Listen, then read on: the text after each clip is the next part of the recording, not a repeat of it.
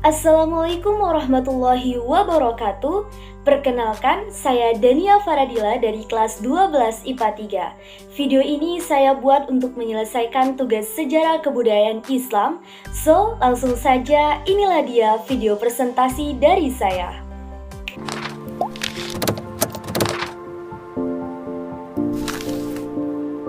Cokro Aminoto lahir dengan nama lengkap Raden Haji Umar Said Cokro Aminoto. Ia lahir di Ponorogo, Jawa Timur tanggal 16 Agustus 1882. Ayahnya bernama Raden Mas Cokro Amiseno. Ia merupakan seorang pejabat pemerintahan. Kemudian kakeknya bernama Raden Mas Adipati Cokronegoro yang dikenal sebagai Bupati Ponorogo. Karena ia adalah seorang anak pejabat pemerintahan, maka sejak kecil ia sudah mengenyam pendidikan di sekolah Belanda. Dalam buku Geografi Hos Cokro Aminoto yang ditulis dalam Memoria Indonesia Bergerak, diketahui bahwa beliau telah menyelesaikan pendidikannya di Osvia. Sekolah tersebut dikenal dengan administrasi pemerintahan yang mencetak pegawai-pegawai kolonial Belanda di Magelang pada tahun 1902. Ia memiliki kemampuan berorasi dan tulisannya telah tersebar di berbagai media.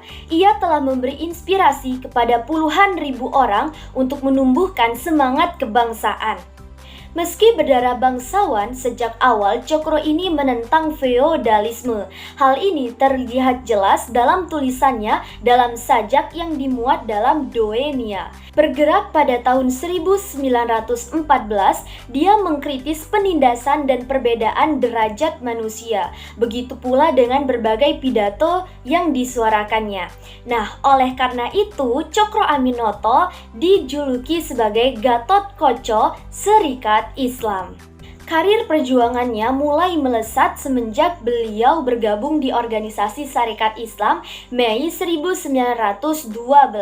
Organisasi ini didirikan oleh Saman Hudi, seorang saudagar batik. Organisasi ini didirikan karena adanya persaingan perdagangan antara pribumi dan Cina.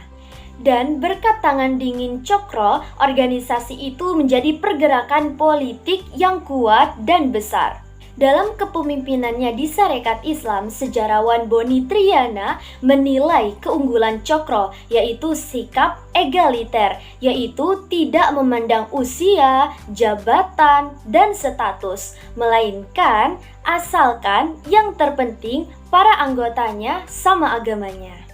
Upaya yang dilakukan Cokro untuk membawa Sarekat Islam ke level nasional yaitu merancang 8 program untuk memperjuangkan hak rakyat. Di antaranya adalah menghapus kerjasama, mengizinkan pendidikan. Sarekat Islam juga menghapus peraturan yang menghambat penyebaran agama Islam.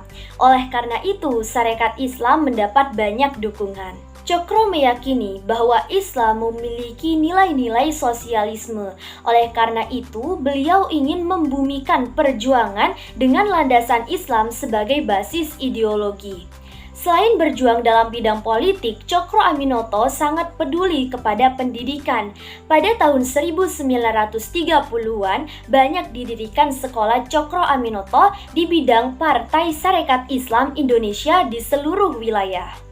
Menurut Cokro Aminoto, asas-asas Islam ini sejalan dengan demokrasi dan sosialisme. Maka kaum muslimin harus dididik agar menjadi muslim yang sejati untuk memperjuangkan kemerdekaan umat. Kaprah Cokro Aminoto ini pada akhirnya membuat dirinya disebut-sebut sebagai guru para pendiri bangsa. Cokro Aminoto ini telah membuka wawasan kita tentang pendiri republik yang inspiratif, tapi juga penuh intrik, pemikiran, dan petualangan. Sekian presentasi dari saya, kurang dan lebihnya mohon dimaafkan. Wassalamualaikum warahmatullahi wabarakatuh.